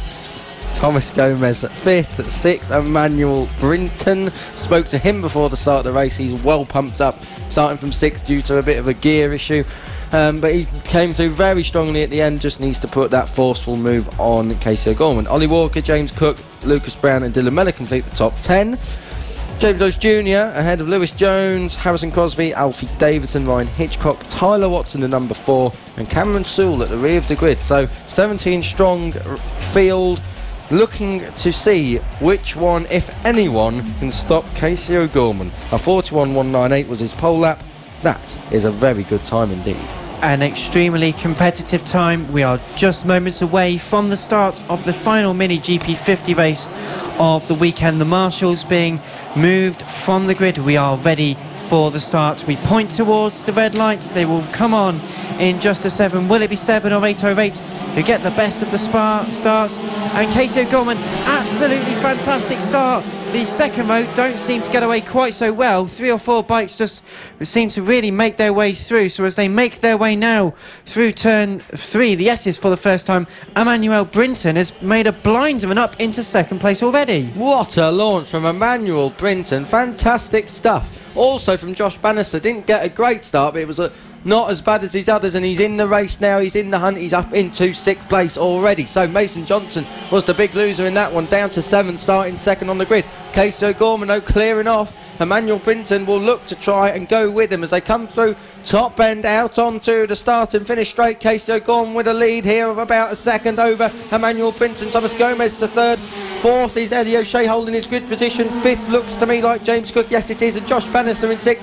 Eddie O'Shea taking advantage of a Thomas Gomez mistake, and that is Eddie O'Shea into 3rd. So Eddie O'Shea into 3rd, 4th Thomas Gomez, 5th James Cook. They go side by side. Thomas Gomez trying to go and take that 3rd place back from round the outside at turn 4. You just can't make it work down on these big bikes.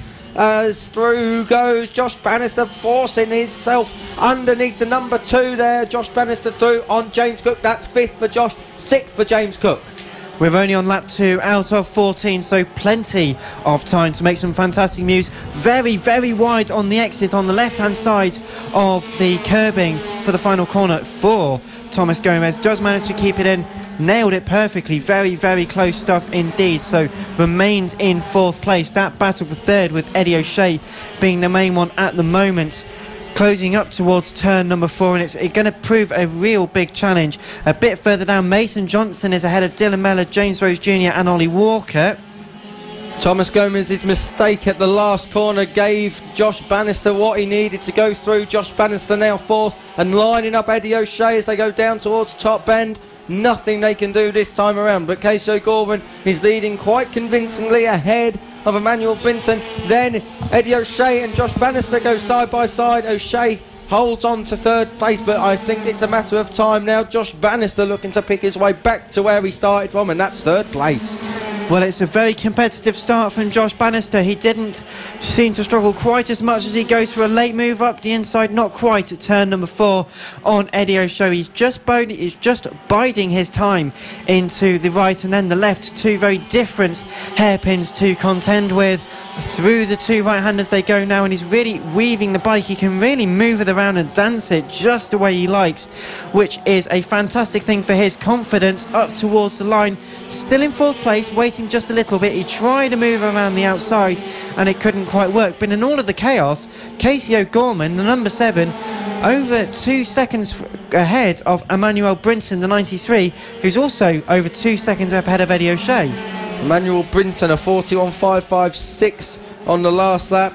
Casey O'Gorman a 41.528, so they're lapping more or less identically. We've seen before that Casey O'Gorman can be caught.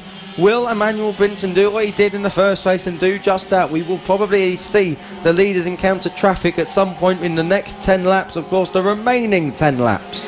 A bit further down the order, Harrison Crosby, the 69, has gotten past Alfie Davidson. It's getting very close though for the battle. So as we continue on with the battle in hand, and Josh Bannister has made his way through on Eddie O'Shea. So now up into 3rd place. Part 1 of his job is done. The next one to actually chase down Emmanuel Brinton and pass. Would it be too much to say he can't quite get up to Casey O'Gorman? We will wait and see.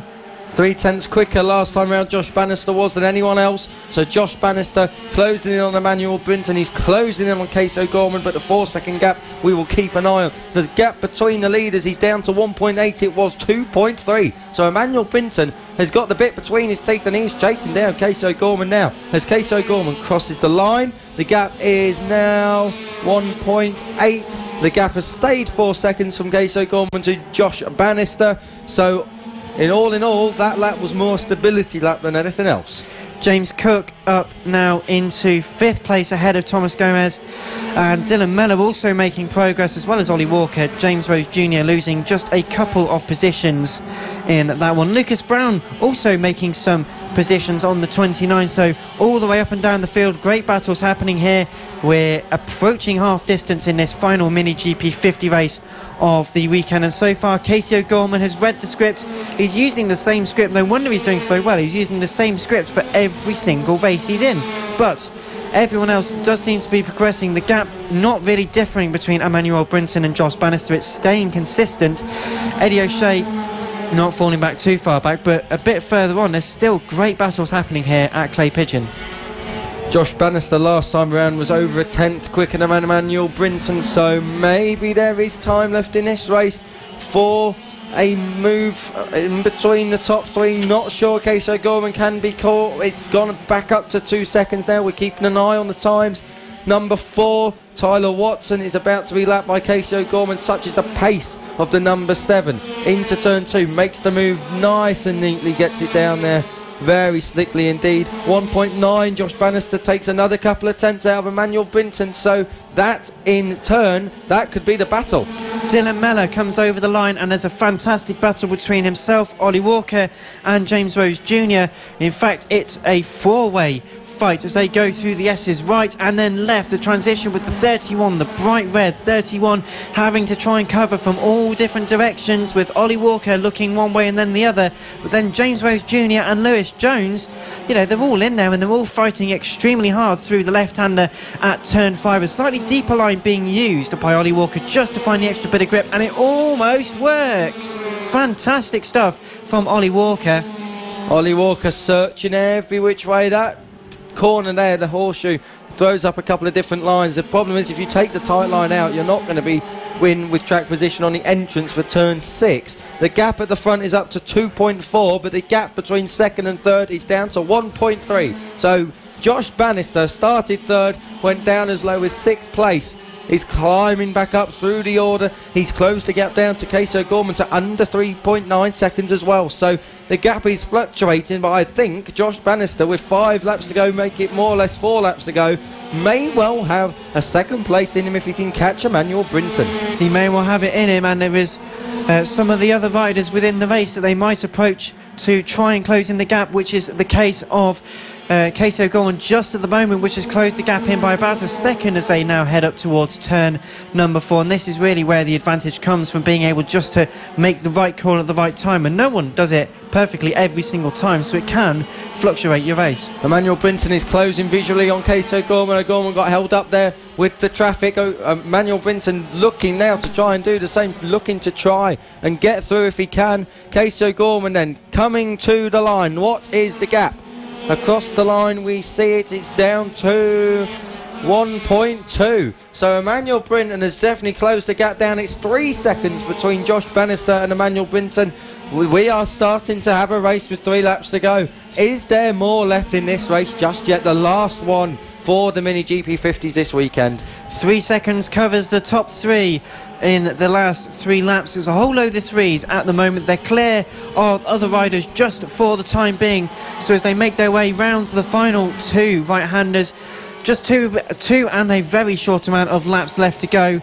And in further progress further down the order, James Rose Jr. has managed to get past Dylan Mellor as well as Ollie Walker, so making a bit more progress down there as well. But the battle for the lead, it is closing. Only slightly, but it is closing. James Cook with the fastest lap of the race, a 41.092 that last time around. James Cook flying. Casey O'Gorman, though, has got traffic ahead of him. He's got to work his way through it quickly. He gets ahead there of one of them. Emmanuel Brinton running fast out of time now. Got to think that Casey O'Gorman has this in the bag. We will wait and see, though, as they go down into the last corner. The number 7 then exits that final corner in the lead with 1 lap to go between him and another hat-trick of victories. 1 lap to go. Emmanuel Brinton has seemingly got enough just to make sure that the advances of Josh Bannister aren't spurred, but the likes of Eddie O'Shea and Thomas Gomez have had a fantastic race as well. They're just keeping on with the pace. There's a fantastic battle coming over the line now between the 40. That's Ollie Walker and James Rose Jr. getting very close side by side. Just can't quite go for the position on that lap, but we are just moments away from another Casey O'Gorman victory. They just seem to come more and more often every single time we see him. He is a fantastic rider, a great talent. Out to the final corner for the final time, and Casey O'Gorman takes another fantastic victory here at the Cool Fab Racing Championships ahead of Emmanuel Brinton and Josh Bannister, your top 3. James Cook momentarily passed for the 44 to finish in 4th ahead of Eddie O'Shea and Thomas Gomez, with Mason Johnson 7th and Ollie Walker 8th. 9th will be, in fact, Ollie Walker ahead of James Rose Jr. and Dylan Mellor. Lewis Jones is 11th ahead of Harrison Crosby in 12th. 13th goes the way of Lucas Brown. Kyle Payne is 14th. 15th is Cameron Sewell. Alfie Davidson is 16th. Ryan Hitchcock is 17th. And Tyler Watson is 18th.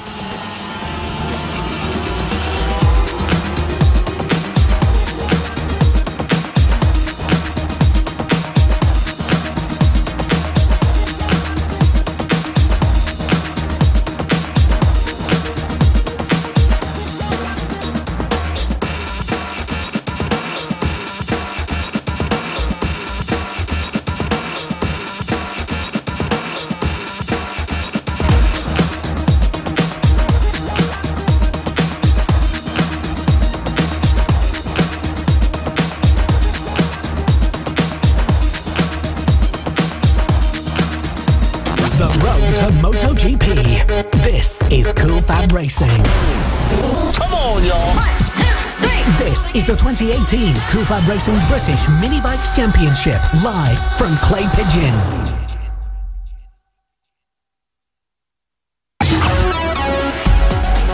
Can you believe it? We are already at the final race of the weekend here at Clay Pigeon. The first time that the Cool Fab Racing British Mini Bikes Championship has visited the circuit in Dorset and has provided fantastic entertainment all weekend. The senior mini motos will finish our race meeting, and race 3 will still provide some fantastic racing between the likes of Ryan Grant and Richard Holmes-Williams.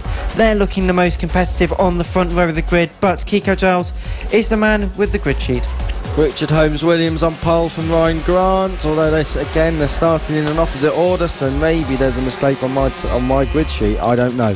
Will Howard third, Mark Payne fourth. Marco Pandolfo will start 5th ahead of Brandon Payne, 7th Rob Pettit, 8th Matt Birkin, 9th Paul Nicholls, 10th Simon Hunting 3rd, 11th Nick Bennett, 12th Chris Yeomans, and Ross Michael 13th on row 7.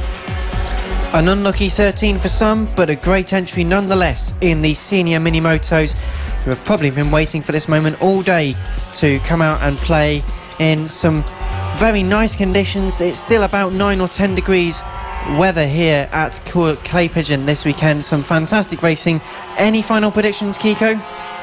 I think it's going to be very, very close. Richard Holmes-Williams, of course, had a problem on the first warm-up lap that he had in the race 2, so he hasn't had any such problems this time. May well be him who takes another win in this class, or is it going to be Ryan Grant? Of course, that's who the championship top 2 are.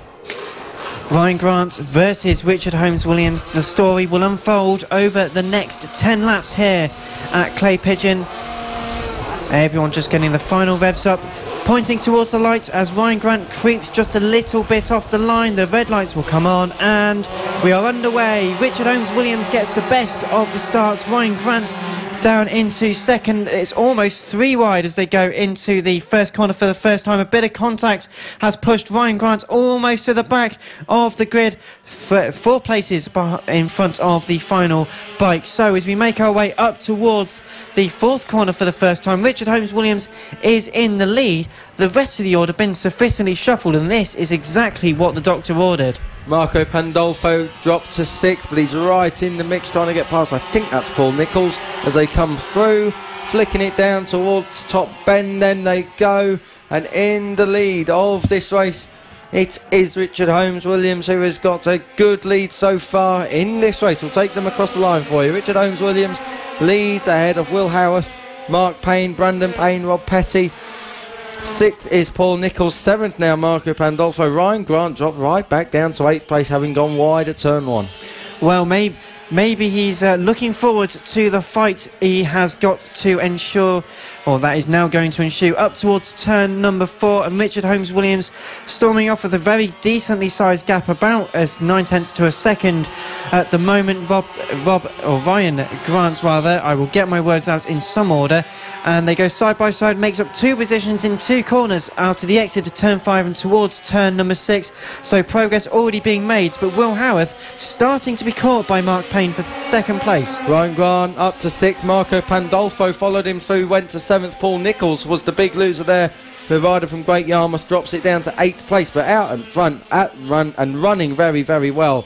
Richard Holmes-Williams a 42.5. No one is matching that time. Ryan Grant the nearest.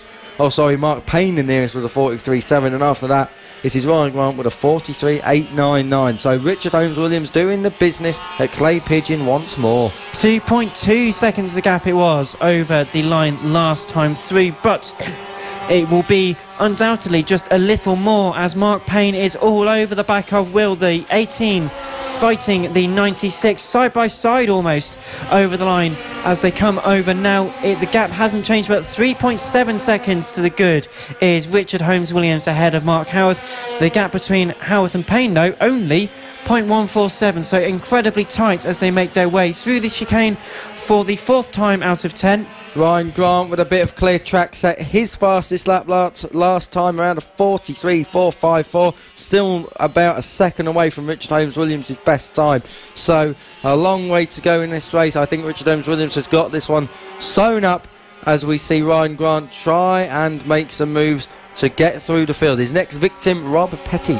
I am massively touching the wooden desk in the commentary box right now because the curse of the commentator has been known to affect us at various points in our careers. But Richard Holmes-Williams has got a fantastic result so far. Very, very close between a few different people. Ryan Grant ahead of Rob Petty there. Sorry to cut in on your turn 2. Got up the inside. Lovely little manoeuvre.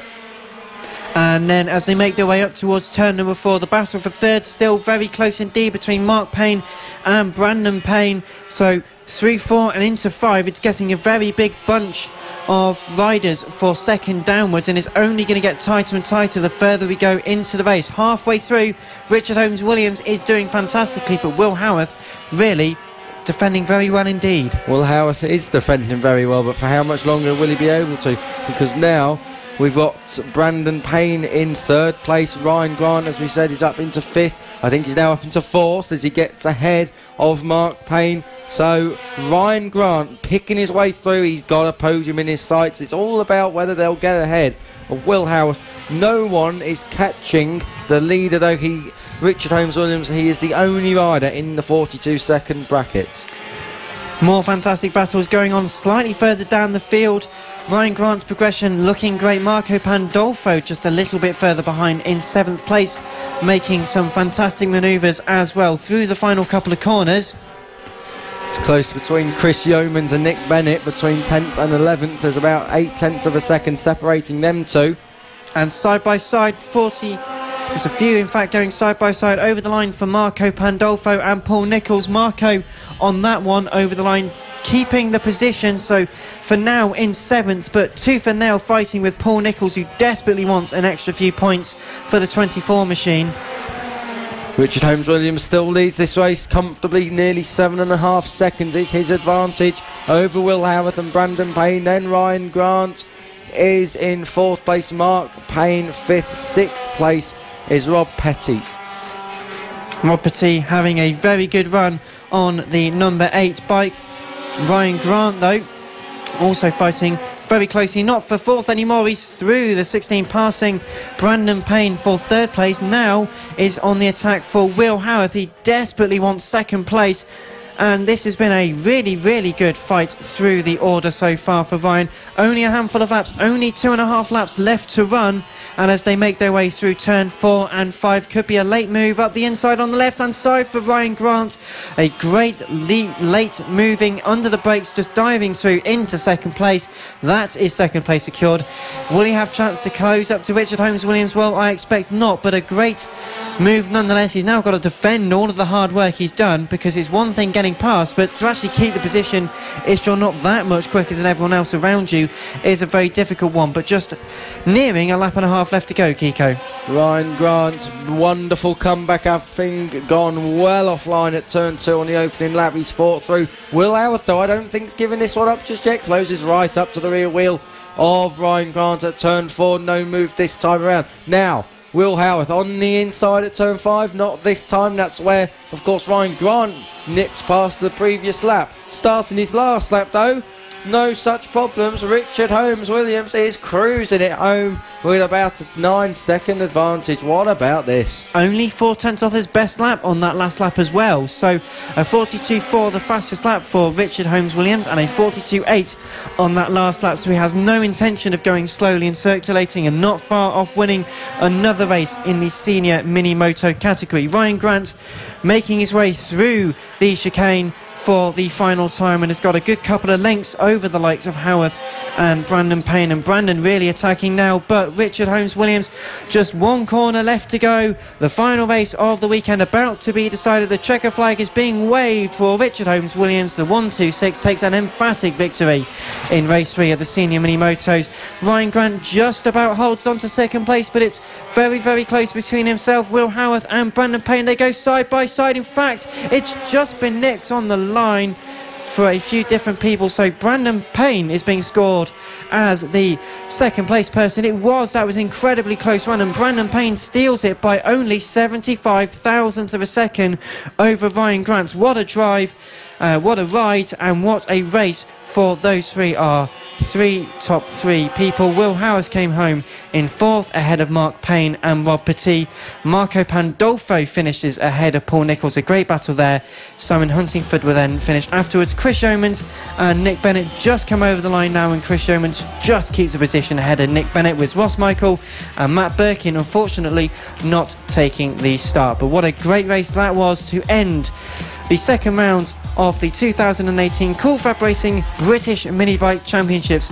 Kiko, some fantastic racing this weekend. What has been your highlight? Well, I've got to say the rivalry between Johnny Garnis and Mason Foster will be at an all-time high, but the confidence of Warwick Brady in the AC40s as well, and the AC40 rookies, that will also be at an all-time high. And if his family's reaction was anything to go by, they will be going home very, very happy tonight. Well, some fantastic racing, some fantastic comments. Thank you for commenting and showing as well as tuning in. We will be at Tatterjall in just a few weeks' time. I would also like to say a big thank you as ever to all of the marshals, the medics and the Keys family for the organisation that they provide, working extremely hard over the last few days to ensure that we were running on time, or as close to on time as we could. So that is it then for Clay Pigeon, the first time that Cool Fab has been. I felt it's been fantastic racing here. Kiko, do you want to come again? Absolutely. I mean, it's a long way, but it's a good journey down. It's a lovely setting amongst the Dorset countryside. I've thoroughly enjoyed it. When with great racing, that's all that matters. Well, Kiko Giles' expert opinion there, and you will hear him undoubtedly again very soon on the Superbike Show over on Motorsport Radio. And if you would like to listen back to some of the fantastic commentary provided by yours truly and Kiko Giles as well, then please do download it from iTunes or catch up over on motorsport.radio, where you can find some latest and greatest contents from all sides of the sports. But as I say, a big thank you to all of the marshals and medics and the Keys family for the organisation. Thank you for tuning in, and until Tatterjall, it's goodbye from me. The road to MotoGP and the official partner series to the BSB. Cool Fab Racing. This is Cool Fab Racing.